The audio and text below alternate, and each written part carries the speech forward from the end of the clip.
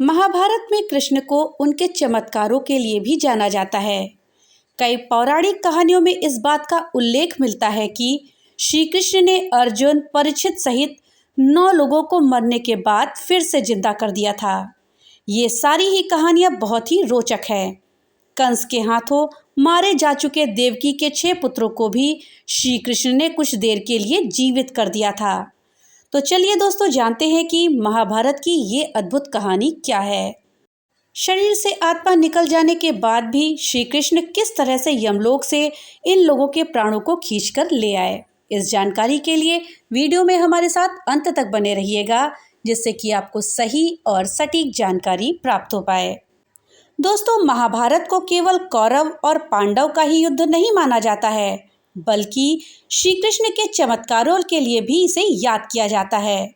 कुरुक्षेत्र की रणभूमि पर श्री कृष्ण ने कभी शस्त्र नहीं उठाए, लेकिन अर्जुन का सारथी बनकर कृष्ण ने उन्हें विजय रथ पर सवार जरूर कर दिया। महाभारत और कई पौराणिक कहानियों में श्री कृष्ण के कई चमत्कारों का उल्लेख किया गया है। श्री कृष्ण के इन चमत्कारों में से एक चमत्कार है कि उन्होंने मृत्यु को प्राप्त हो चुके लोगों तक को जिंदा कर दिया था। अभिमन्यु के पुत्र परीक्षित को जीवित करने की कहानी तो बहुत प्रचलित है, लेकिन क्या आप जानते हैं कि परीक्षित के अलावा भी श्री कृष्ण ने 9 लोगों को और जिंदा किया था। तो चलिए जानते हैं महाभारत की ये अद्भुत कहानी। अर्जुन की चौथी पत्नी नागकन्या उलूपी थी। नियम के अनुसार जब द्रौपदी युधिष्ठिर के कक्ष में थी तो अर्जुन गलती से उनके कक्ष में चले गए थे। इस कारण नियम के अनुसार अर्जुन को 1 वर्ष का दंड मिला और उन्हें राज्य को छोड़ करके जाना पड़ा था। तब अर्जुन नागलोक में उलूकी से मिले थे।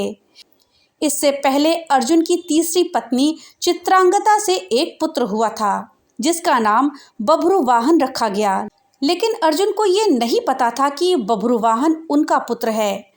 अश्वमेध यज्ञ के दौरान जब पांडवों ने घोड़ा छोड़ा तो घोड़ा जाते जाते मणिपुर राज्य में पहुंच गया, जहां पर मणिपुर राज्य के राजा बभ्रुवाहन ने घोड़े को पकड़ लिया। इसके बाद अर्जुन भी वहां पहुंचे, जहां दोनों के बीच भयंकर युद्ध हुआ।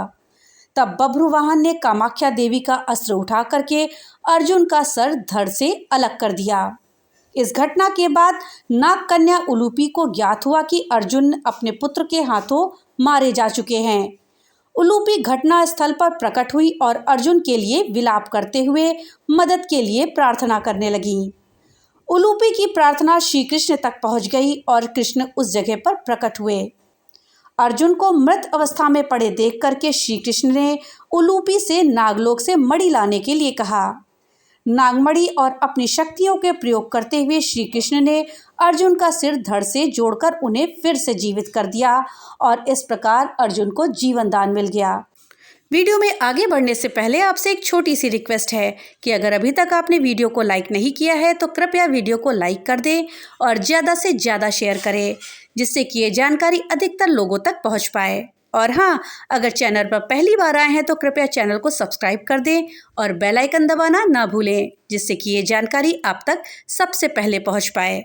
तो चलिए वीडियो में आगे बढ़ते हैं। श्री कृष्ण ने उत्तरा के गर्भ में मर चुके परीक्षित को भी बचाया था। अश्वत्थामा को जब अपने पिता द्रोणाचार्य की मृत्यु का समाचार मिला तो अश्वत्थामा को बहुत क्रोध आया और उसने क्रोध में आकर पांडवों की तरफ ब्रह्मास्त्र चला दिया। श्री कृष्ण ने जब ब्रह्मास्त्र को पांडवों की तरफ आते हुए देखा तो उन्होंने ब्रह्मास्त्र को वापस अश्वत्थामा की ओर मोड़ दिया। ये देख करके अश्वत्थामा घबरा गया और अपनी जान को बचाने के लिए ब्रह्मास्त्र को अभिमन्यु की पत्नी उत्तरा के गर्भ की ओर मोड़ दिया। उत्तरा के गर्भ में एक अभिमन्यु का शिशु पल रहा था। ब्रह्मास्त्र के प्रभाव से उस शिशु की मृत्यु हो गई। ये देख करके भगवान कृष्ण ने उस शिशु को फिर से जिंदा कर दिया और आगे जाकर इस शिशु ने राजा परीक्षित के रूप में पांडवों का शासन संभाला। दोस्तों, श्री कृष्ण ने पुनर्दत्त को यमराज से प्राण लेकर किया था जीवित। पुनर्दत्त संदीपनी ऋषि के पुत्र थे। श्री कृष्ण और उनके भाई बलराम ने गुरु संदीपनी के आश्रम में ही शिक्षा ग्रहण की थी। जब शिक्षा समाप्त हुई तो श्री कृष्ण ने गुरु संदीपनी और उनकी पत्नी से गुरु दक्षिणा में कुछ मांगने को कहा। तब शोक में डूबे माता पिता ने श्री कृष्ण से उनके पुत्र पुनर्दत्त को लौटाने के लिए कहा।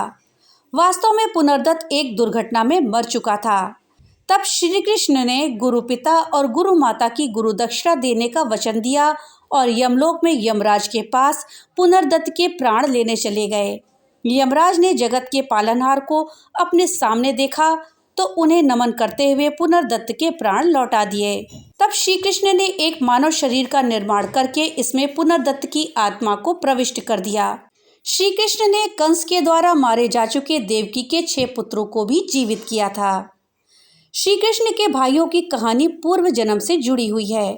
पूर्व जन्म में श्री कृष्ण के 6 भाई कीर्तिमान, सुषेण, भद्रसेन, ऋजु, सम्मार्दन और भद्र ब्रह्मा जी पुत्र मारीच के पुत्र थे। इसका अर्थ ये हुआ कि ये 6 भाई ब्रह्मा जी के पोते थे। ब्रह्मा जी स्नेहवश अपने पोतों की हर गलती को क्षमा कर देते थे। इस कारण से 6 भाइयों को अहंकार हो गया और वो उत्पात मचाने लगे। ये देखकर ब्रह्मा जी क्रोधित हो गए और उन्होंने 6 भाइयों से कहा कि तुम किसी राक्षस की तरह उत्पात मचाते हो, इसलिए तुम्हारा अगला जन्म राक्षस योनि में ही होगा। इस कारण से इन भाइयों का जन्म हिरण्यकशिपु के कुल में हुआ, जहां मुक्ति पाने के लिए ये भाई भगवान विष्णु की आराधना करने लगे। इस कारण से हिरण्यकशिपु के कुल से एक और शाप मिला कि जिस विष्णु की भक्ति में ये सारे भाई लगे हुए हैं, इनका जन्म उनके ही कुल में होगा, लेकिन सारे एक असुर रूपी मनुष्य के हाथों मारे जाएंगे। इस श्राप के कारण ही देवकी के गर्भ से इन भाइयों का जन्म हुआ और एक एक करके सारे पुत्र असुरी स्वभाव के कंस के हाथों मारे गए। इस तरह बहुत वर्षों बाद जब श्री कृष्ण अपनी माता देवकी से मिले तो उन्होंने अपने 6 पुत्रों की मृत्यु का शोक जताते हुए उनके साथ ऐसा होने का कारण पूछा।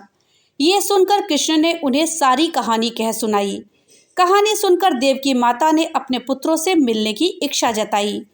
तब श्री कृष्ण अपनी माँ की इच्छा पूरी करने के लिए यमराज के पास गए, लेकिन यमराज ने कहा कि उनके भाइयों के प्राण उनके पास नहीं हैं। वो रसातल यानी पाताल लोक में राजा बलि के यहाँ हैं। तब श्री कृष्ण पाताल लोक में गए और अपने भाइयों की आत्मा को वहां से वापस लाकर सूक्ष्म शरीरों में प्रविष्ट किया और देवकी माता से मिलवाकर मोक्ष प्रदान करा। तो दोस्तों, ये थी जानकारी उन लोगों के विषय में जिनकी आत्मा को श्री कृष्ण यमलोक से भी खींच कर ले आए थे और उनको जीवित कर दिया। दोस्तों, जानकारी अगर अच्छी लगी हो तो कमेंट बॉक्स में लिख करके जरूर बताइएगा। तो मिलते हैं अगली नई वीडियो के साथ, तब तक के लिए राधे राधे।